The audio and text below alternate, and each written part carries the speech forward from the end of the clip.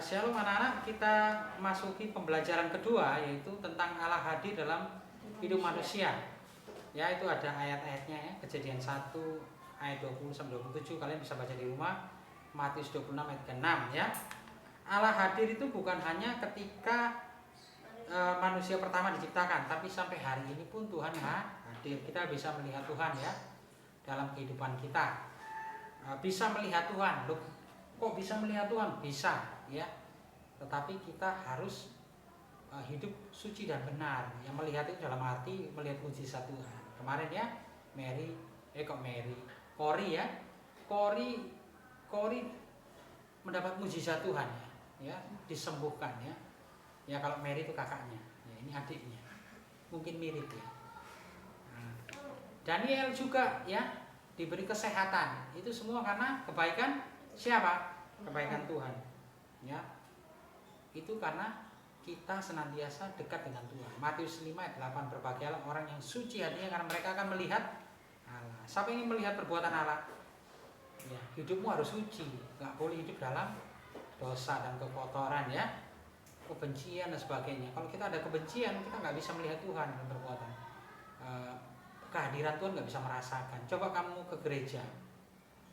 Ketika kalian ke gereja memuji dan menyembah Tuhan ya, hari Minggu ke gereja nggak? Ketika kalian ada rasa benci kepada sesama kalian, dendam ya, pasti nggak bisa merasakan hadirat Tuhan. Kok berat ya, saya menyembah Tuhan kok rasanya biasa-biasa saja, nggak bisa nangis. Ya kalau Kori kemarin cerita, kakak saya Mary itu, kalau nyanyi lagu rohani itu kok nangis pak. Nah itu karena dia hatinya bersih ya. Kita juga harus hati yang bersih. Jadi kita bisa melihat Tuhan dalam kehidupan kita sehari-hari. Manusia diciptakan Tuhan sebagai makhluk yang paling sempurna ya. Jadi manusia itu diciptakan Tuhan beda dengan hewan ya. Jadi manusia itu mulia di hadapan Tuhan diciptakan ya. Jadi hatinya juga harus mulia, nggak boleh punya hati yang tidak mulia ya. Tapi banyak orang ya, dia wujudnya manusia tapi hatinya nggak seperti manusia. Waduh, itu yang bahaya ya. Seperti harimau, waduh. Dan dalam arti apa? Ya kejam. Nah, kita sebagai anak Tuhan tidak boleh punya jiwa seperti itu ya. Tidak boleh kita melakukan segala pelanggaran-pelanggaran. Kalau bukan hak milik kita ya jangan diambil ya. Contoh di 10 perintah Allah, jangan mencuri, jangan gini ya, berzina dan sebagainya. Ada 10 perintah. Kalau dikatakan jangan mencuri ya jangan mencuri ya. Benar? Ada pertanyaan? Ya, tentang mencuri gimana? Temanku kan ada yang pernah nyuri sepeda waktu aku masih tidur, dia Pak. Iya. Mamaku sama papaku pergi, aku kan di rumah sama kakakku. Kakakku main HP. Nah, kakakku yang baru itu yang lebih besar habis pulang dari kerja kan. Habis itu dilihat kok Dewa, namanya temanku kan Dewa. Iya. Kan gitu tuh.